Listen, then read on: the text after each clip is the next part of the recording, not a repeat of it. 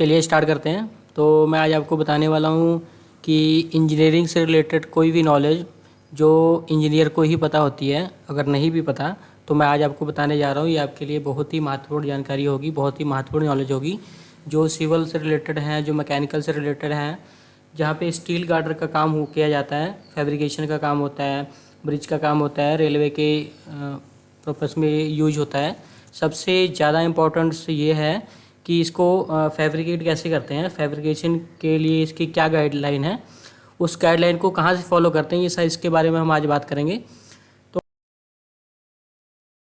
जो रेलवे का कोई भी काम होता है, वो रेलवे जो अपनी गाइडलाइन को फॉलो करती है वो आरडीएसओ की गाइडलाइन को फॉलो करती है। आरडीएसओ इन रेलवे में से सबसे टॉप में है, जो सारी गाइडलाइन को पूरी तरह से जांच के परख के फिर ही लागू करती है। उस गाइडलाइन को हर एक रेलवे को फॉलो करना पड़ता है। जैसे रेलवे की ब्रांच होती है, आरवीएनएल होती है, राइट्स होती है, ऐसे कई सारी ब्रांचें हैं, तो उनको ये गाइडलाइन फॉलो करनी पड़ती है। ये गाइडलाइन को फॉलो करके ही कोई भी ब्रिज का काम, स्टील गार्डर का काम, फैब्रिकेशन का काम होता है। तो मैं आपको थोड़ा बता दूं, जो आरडीएसओ होती है, आरडीएसओ मेन इनका फुल फॉर्म होता है and standard organisation, ministry of railway, Manak Nagar, Lucknow. इसका जो पिन कोड है 226011, यानी 226011। यहाँ पे इनकी मेन ब्रांच है, मेन हेड ऑफिस है यहाँ पे। तो यहाँ से ही सारी गाइडलाइन बनती है और सारी गाइडलाइन को फॉलो करना पड़ता है। तो आगे मैं बता दूं कि जो फैब्रिकेशन का काम होता है वो इसी गाइडलाइन को फॉलो करके ही होता है। तो कुछ काम हुए हैं हमारे एक्सपीरियंस में, तो मैं आपको उसको शेयर करना चाहता हूँ थोड़ा सा, तो आप ध्यान से देखिए। उसके साथ साथ पिक्चर भी हैं, पिक्चर के साथ लाइनें भी मैंने लिख दी हुई हैं, तो आप थोड़ा पढ़ के भी आपको नॉलेज हो जाएगी।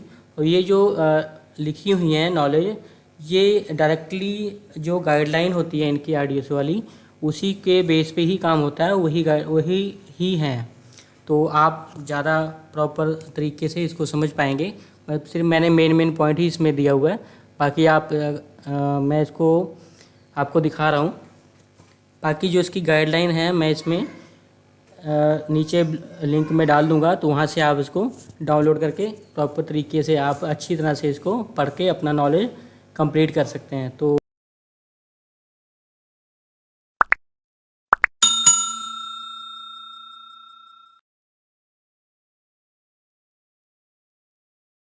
fabrication of the steel girder.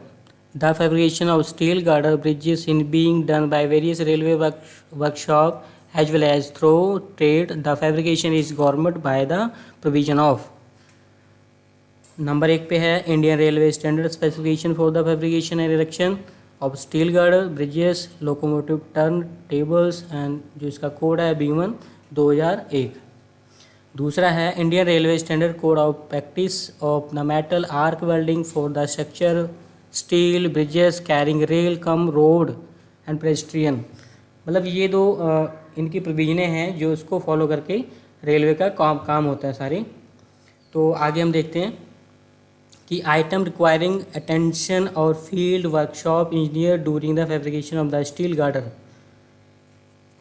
यानी कि जो उसमें रिक्वायर्ड है वो देखिए क्या है। नंबर ए पे है approve drawing to be use for fabrication. कोई भी फैब्रिकेशन करना है तो उसमें अप्रूव ड्राइंग होती है, उसी को यूज करना है आपने, और ये अप्रूव ड्राइंग आरडीएसओ से ही मिलती है। दूसरा है क्वालिटी एश्योरेंस प्रोग्राम, QUP बनाना होता है स्टील गार्डर का फैब्रिकेशन के लिए, उसके बेस पे ही सारा काम होता है स्टेप बाय स्टेप।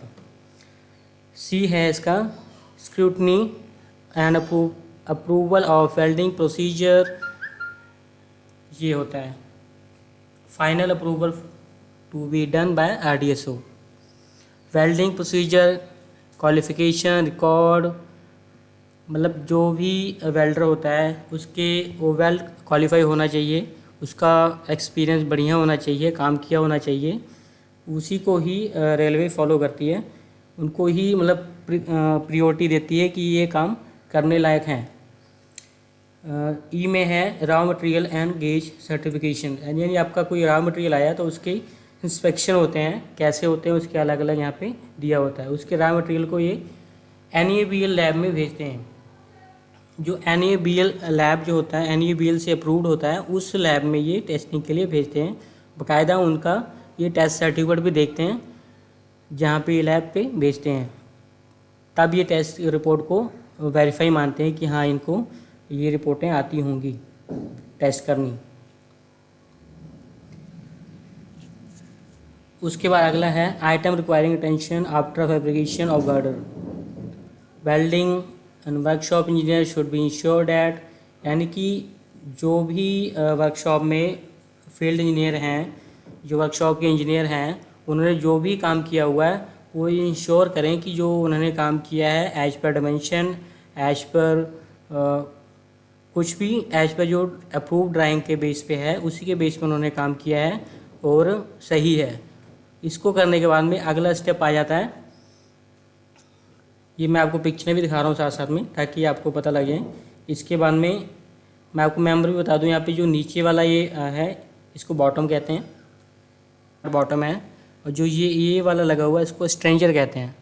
ये दो स्ट्रेंजर लगे होते हैं, एक इधर एक उधर। इन दोनों स्ट्रेंजर को जो एंड रैकर का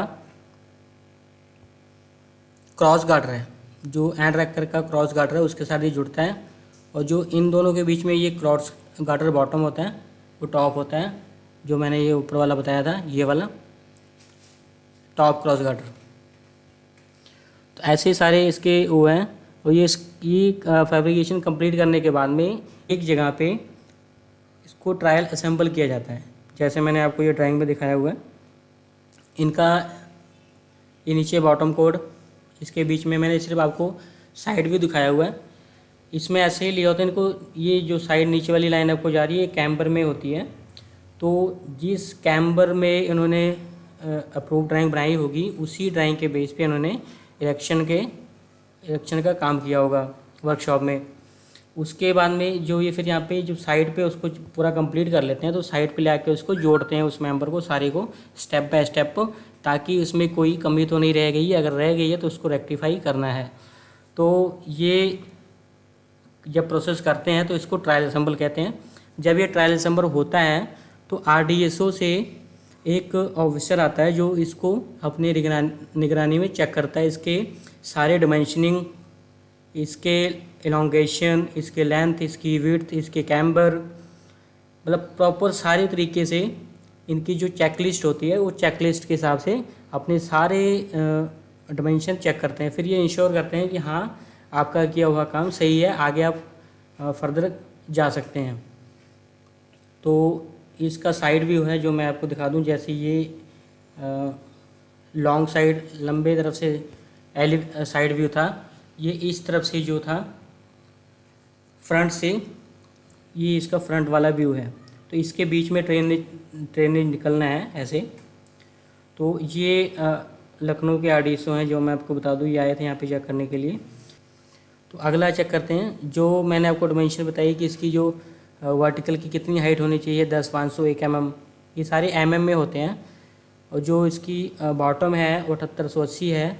ऐसे सारों की सेम बॉटम लेंथ है। ये वर्टिकल है, वर्टिकल की अलग अलग लेंथ होगी क्योंकि नीचे कैम्बर होता है, कैम्बर के हिसाब से इन्होंने उसका लेंथ दिया होता है। यहाँ पे 10, 501 mm, 10, 504 mm, फिर 501 mm, 504 mm, 501 mm, 504 mm, ऐसे करके सारा होता है।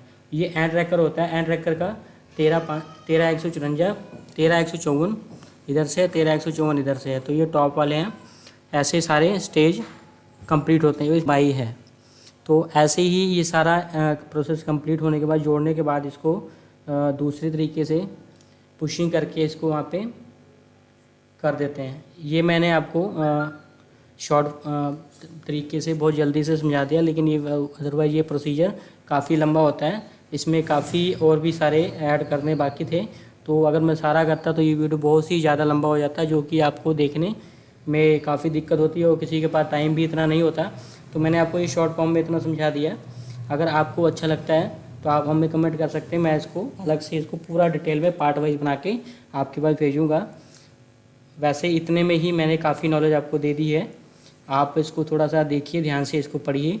इसकी गाइडलाइन को मैं यहाँ पे इसके लिंक में अटैच कर दूँगा नीचे, वहाँ से आप डाउनलोड करके इसके लिंक को सारे अच्छी तरह से आप पढ़ सकते हैं, अच्छी तरह से नॉलेज ले सकते हैं।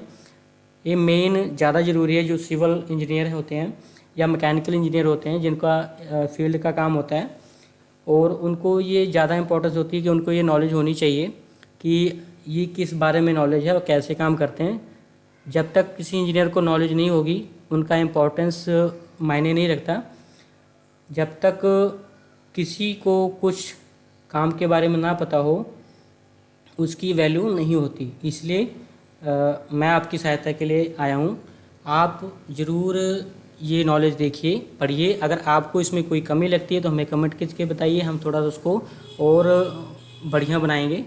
और हमारे दी गई जानकारी से आपको अगर नॉलेज कुछ मिली हो तो आप हमारे चैनल को सब्सक्राइब कीजिए, लाइक कीजिए और दूसरे दोस्तों के साथ शेयर कीजिए, ताकि हमारे जैसे जो दूसरे दोस्त हैं उनको भी ये नॉलेज होनी चाहिए।